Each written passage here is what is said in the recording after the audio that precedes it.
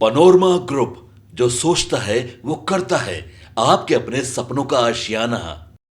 नमस्कार, आप देख रहे हैं सिटी पोस्ट लाइव। मैं हूं सृष्टि राज। नेता प्रतिपक्ष तेजस्वी यादव ने चुनाव आयोग पर कड़ा निशाना साधा है। जी हां, उन्होंने आरोप लगाया है कि चुनाव आयोग आंकड़े छिपा रहा है। क्या है ये पूरा मामला और किन किन बातों को लेकर तेजस्वी यादव ने आरोप लगाया, इसके ऊपर विस्तार से बातचीत करने के लिए हमारे साथ मौजूद हैं chief editor Shrikant Pratyush sir. तो सर, क्या है ये पूरा मामला? तेजस्वी यादव ने प्रेस कॉन्फ्रेंस किया और चुनाव आयोग पर गंभीर सवाल खड़े किए। उन्होंने कहा कि 4 दिन हो गए लेकिन अब तक ये पता नहीं चला है कि कितने पुरुष और कितनी महिलाओं ने वोट किया। चुनाव आयोग क्या कर रहा है? बीजेपी के पाप को धो रहा है। इलेक्शन कमीशन छुपा रहा है आंकड़ा। उन्होंने अमित शाह पर भी अधिकारियों को डराने धमकाने का आरोप लगाया है और कई गंभीर आरोप लगाए हैं। तो मुश्किल तो बढ़ सकती है। जी, तो सर तेजस्वी यादव ने क्या क्या आरोप लगाए हैं? पहला तो वही मैंने बताया कि बिहार चुनाव को लेकर 2025 के चुनाव को लेकर दूसरे चरण के ठीक पहले एक नेता प्रतिपक्ष तेजस्वी यादव ने प्रेस कॉन्फ्रेंस किया और न केवल चुनाव आयोग पर गंभीर सवाल खड़े किए बल्कि बीजेपी और केंद्र की सरकार पर भी निशाना साधा। उन्होंने कहा कि 4 दिन हो गए लेकिन अब तक ये पता नहीं चला कि कितने पुरुष और महिलाओं ने वोट किया। उन्होंने कहा कि अब तो आर्टिफिशियल इंटेलिजेंस का युग है, कुछ घंटों में ही बताया जा सकता है, लेकिन क्यों नहीं बता रहा है।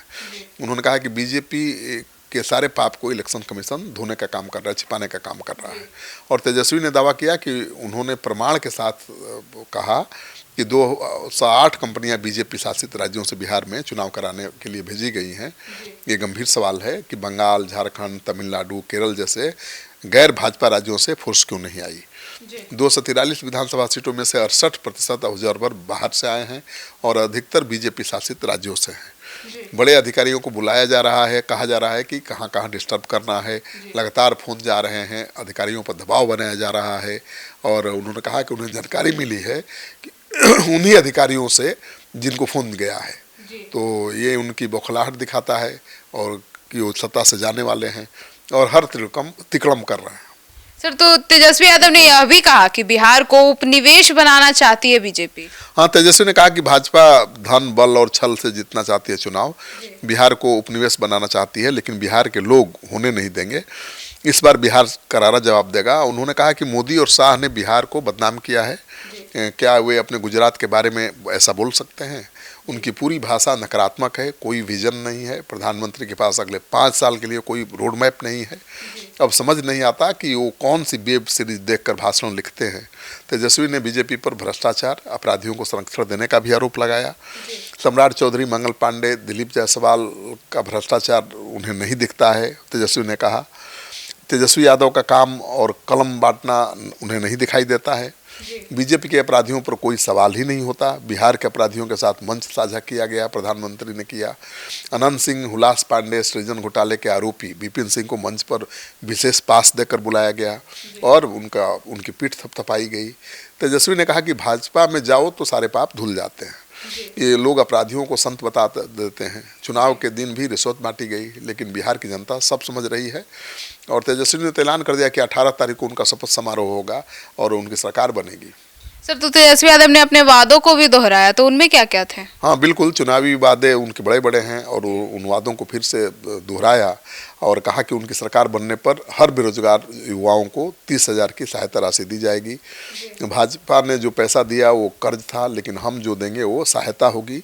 एक साथ 30,000 देंगे। मैंने महिलाओं को जो 2,500 देने का ऐलान किया था ना, उन्होंने कहा कि उस 2,500 महीने के हिसाब से 30,000 एक साथ ही वो दे देंगे। और बिहार में सत्ता नहीं, सोच बदलेगी। जनता बदलाव के लिए तैयार है। इस बार करारा जवाब मिलेगा। और उन्होंने कहा कि 20 साल की डबल इंजन सरकार ने बिहार को पलायन, बेरोजगारी और पिछड़ापन ही दिया है।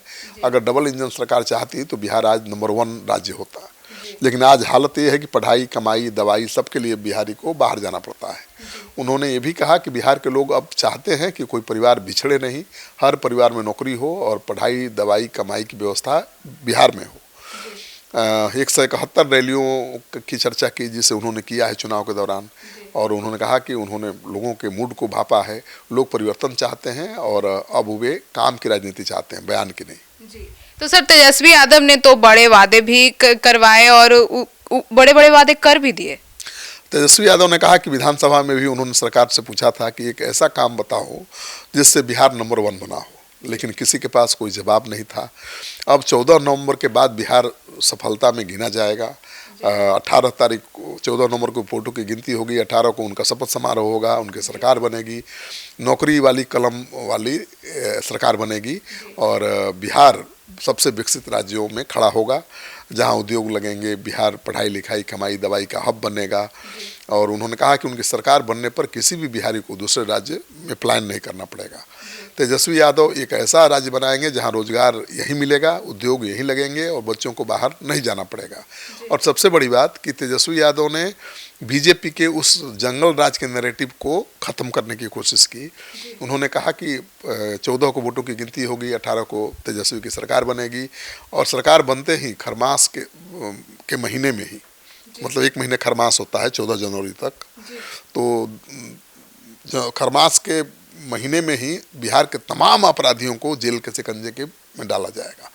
मतलब कोई अपराधी नहीं बचेगा, सबको जेल में डालेंगे। तो ये संदेश देने की कोशिश कर रहे हैं कि एनडीए जो जिस जंगल राज के नैरेटिव सेट करके डराना चाहते हैं लोगों को, वो नहीं होने वाला है।